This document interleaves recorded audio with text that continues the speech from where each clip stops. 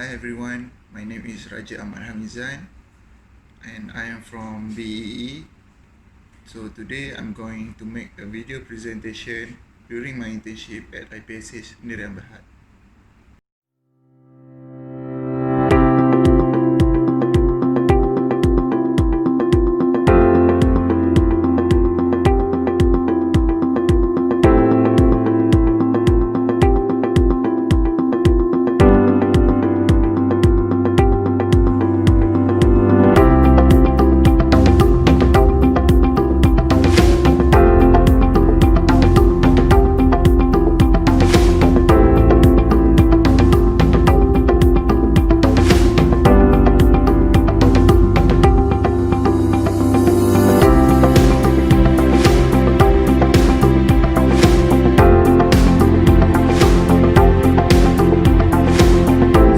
Start with the background of the company.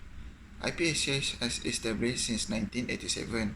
IPSH Sdn Bhd have grown to become a leading company in the field of instrumentation and control. So the word IPSH originally means I, industrial, P, petroleum, S, scientific, and H for high tech. IPSH is dedicated provide high quality product, solution, and services. With over 25 years of experience, along with the highly trained technical sales and service engineer, it is no wonder that IPSH has become the trusted partner preferred by most customers.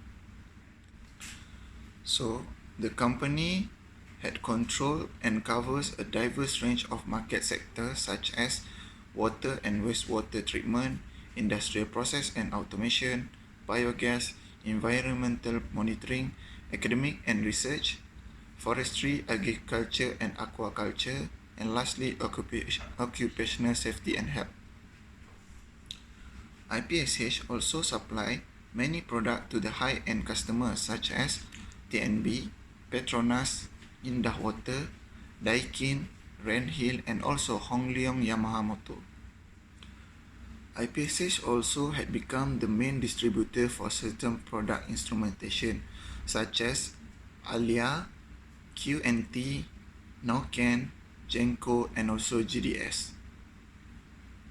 So I'm going to explain my technical experience during my internship at IPSH Sdn Bhd.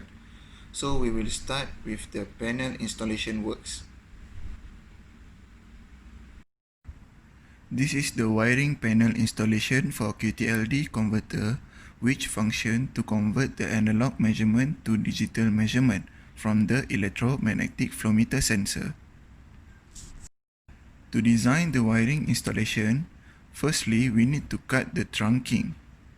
The trunking function is a way lift for the cable. Next, I also had cut the mount plate. This mount plate is installed to mount electrical equipment such as LPU, MCB, or ALCB. Next, for this section, I will explain about the electrical device that had installed in order to construct the electromagnetic flow meter panel. Firstly, this is the light protecting unit, or it called as LPU. This LPU is an electrical protection equipment that used to against any spike voltage and power surge over a safe threshold which approximate to 120 volt.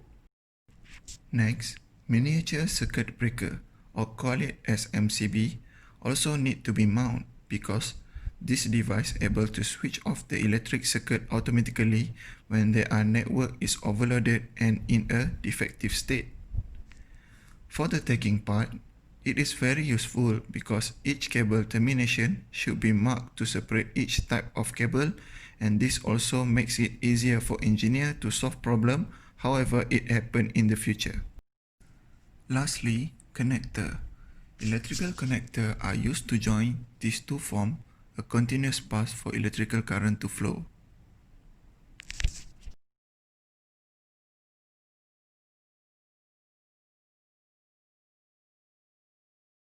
This is the gas detector wiring panel installation. As you can see, the wiring are a little bit different with the others panel, such as electromagnetic flow meter panel, DO meter panel, or pH panel. The difference in this panel is it uses earth leakage circuit breaker, or it called as ELCB. The reason why gas detector panel need these electrical devices is because it able to detect small stray voltage on the metal enclosure of electrical equipment, and it also interrupts the circuit if a dangerous voltage is detected. It also been designed to control the high-end instrument. This circuit use 5 MCB because the controller need to be separate power, where each MCB control one controller. Besides that, it also been designed in order to facilitate troubleshoot work in future. In future, if there is any service or calibration job, each instrument can be configured separately, where it will be no need to turn off all the gas display to do the troubleshoot job. This can prevent from disturb any ongoing process at site. Lastly, one of the controller that control the methane gases, or call it as CH4 gas, need to use external power pack that supply 24 VDC, because the CH4 sensor are built into wire 4 to 20 mA system.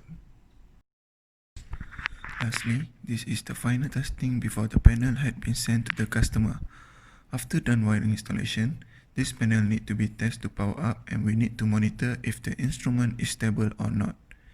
As shown in the picture, this is the gas detector converter model MA4 brand from DC box.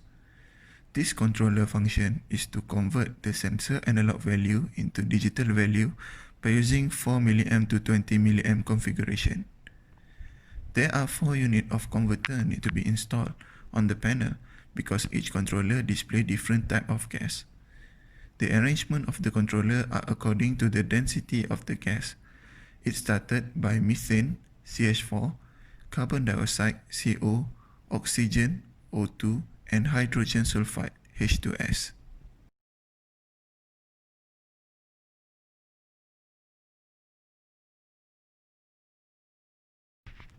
On this time, I had been assigned to follow the service engineer to do a field work site at GS Paperboard factory.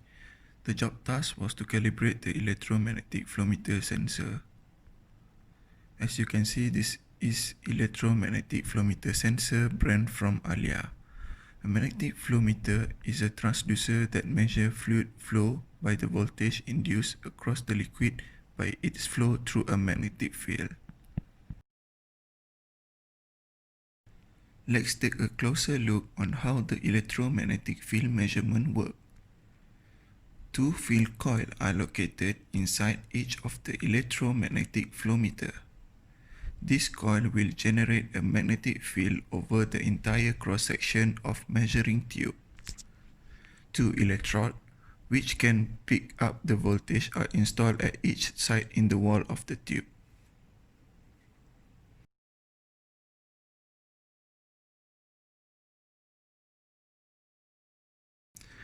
As shown, this is the liquid particle. However, as soon as the fluid starts flow in the measuring tube, the magnetic field applies force to the charged particle.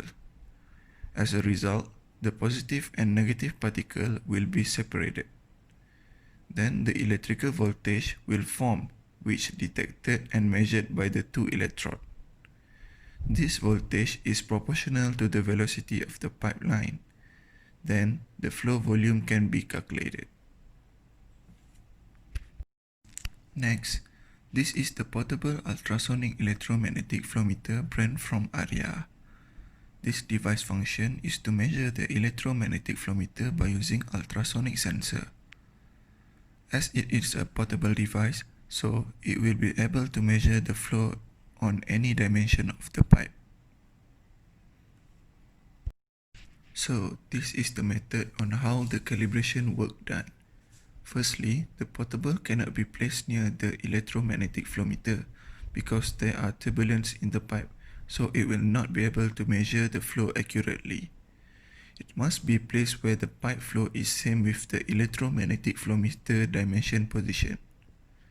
For starting to use the portable ultrasonic flow meter, the user must insert the maximum water level, or call it S band. Next, Key in the dimension and material of the pipe. Then, the portable will show the range between those ultrasonic sensors so that it will be able to send and receive the signal correctly. After receive the range between each ultrasonic sensor, the portable are able to calculate the flow of water in the pipe. Lastly, the portable result need to be compared with the actual flow meter sensor. If the result is approximate, it means the flow meter are okay. But if the result is not approximate, user need to change the key factor at the converter of electromagnetic flow meter until the value is approximate with the portable ultrasonic flow meter.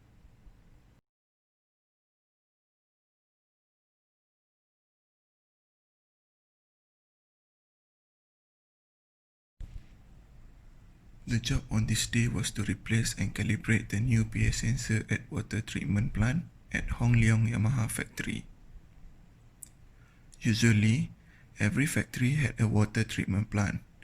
In the plant, there will be applied the pH meter system so that it can control the quality of the water incoming before supplied to the factory. So, this is the pH meter panel which functions to convert the analog measurement value to digital value that comes from the pH sensor. However, this sensor need to be calibrated once in 6 months so that it able to work accurately. At the site, firstly we monitor the old pH sensor reading. It seems that reading is not shows the true value. Then we take out the old sensor from the tank and replace it with the new one. After the new sensor had been installed, it will need to calibrate. Firstly, the pH sensor need to be put in the eye water. Next, take out the pH sensor from the eye water and put the sensor into pH 4 solution. Monitor the reading until it gets to 4. After that, take out pH sensor and then put it on the eye water bag. Then, take out the pH sensor from the eye water and put it in the pH 7 solution. Monitor the reading until it gets nearly to 7. Lastly, after calibration is done and show it is in a good condition, the new pH sensor had been put in the tank. Then it need to be auto-calibrate by using pH transmitter display. So as a conclusion, during my internship at IPSH Sdn Bhd, I have gained many experience such as how to wiring installation for panel, calibration test, and also troubleshoot problem for the company products. This knowledge will help me to apply the skill for future purposes in industrial works. In addition, during the industrial training at IPSH Sdn Bhd, I have been indirectly exposed to various activities and tasks in the company for a long time, and I also need to know every responsibility and role in the company. So that is all my video presentation about the internship at IPSH Sdn Bhd. I hope you will understand about my explanation in this video. So I wish to thank to the IPSH Sdn Bhd as accept me to be a trainee for this great company. Thank you.